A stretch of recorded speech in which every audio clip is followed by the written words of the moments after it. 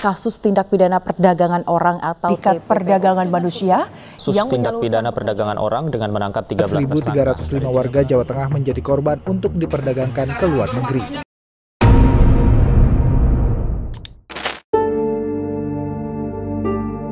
Assalamualaikum warahmatullahi wabarakatuh. Shalom, Om Swastiastu, Namo Buddhaya, Salam Kebajikan.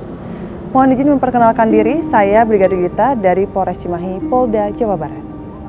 Maraknya kasus tindak pidana perdagangan orang dewasa ini tentunya membuat masyarakat semakin khawatir dalam mencari pekerjaan maupun dalam kehidupan bermasyarakat. Tercatat pada tahun 2022, Kementerian Luar Negeri mengungkapkan peningkatan kasus tindak pidana perdagangan orang ini mencapai 752 kasus yang berhasil diungkap. Kasus ini meningkat 100% dari tahun 2021, yaitu sebanyak 361 kasus. Dikutip dari tribratanyus.polri.go.id, Satuan Tugas Tindak Pidana Perdagangan Orang, Polri dan Polda Jajaran berhasil menyelamatkan 2.191 korban.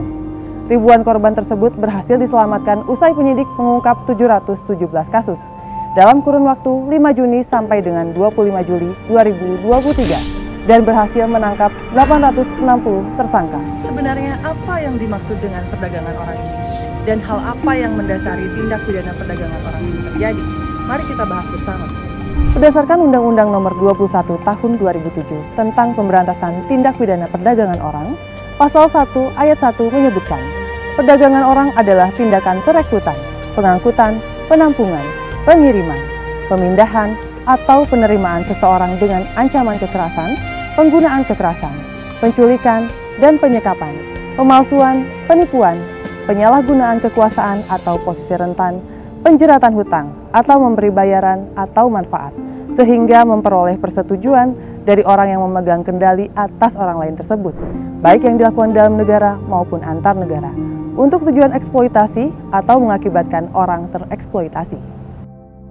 Himpitan ekonomi yang mendesak membuat masyarakat berpikir untuk mendapatkan kehidupan yang lebih layak.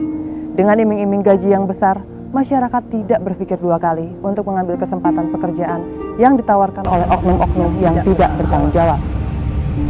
Tingkat pendidikan yang rendah juga mendukung praktik tindak pidana perdagangan orang ini. Masyarakat dengan mudahnya dikelabui untuk mengikuti keinginan dari para oknum-oknum pelaku tindak pidana perdagangan orang. Kurangnya lapangan pekerjaan di dalam negeri juga memaksa masyarakat untuk mengadu nasib di luar negeri, dengan harapan memiliki kehidupan yang lebih baik setelah bekerja di luar negeri. Beberapa modus operandi yang digunakan oleh para pelaku diantaranya memanipulasi psikologis korban. Ada juga pelaku yang menggunakan kekerasan terhadap korban sehingga korban mengikuti keinginan pelaku. Selain itu, pelaku juga terkadang memanfaatkan posisi kekuasaan seperti agen penyalur kerja yang memaksa korban untuk bekerja di tempat yang tertentu. Dan yang lebih ekstrim lagi, pelaku melakukan penculikan terhadap korban. Untuk mengantisipasi maraknya tindak pidana perdagangan orang ini, diperlukan edukasi kepada masyarakat dalam bentuk sosialisasi tentang bagaimana modus operandi yang biasanya dilakukan oleh pelaku. Tingkatkan kewaspadaan terhadap orang yang baru dikenal ataupun orang-orang yang mengiming-imingi gaji di luar nalar. Dan bagi masyarakat yang ingin bekerja di luar negeri, silakan bisa menghubungi agen yang resmi dan terpercaya.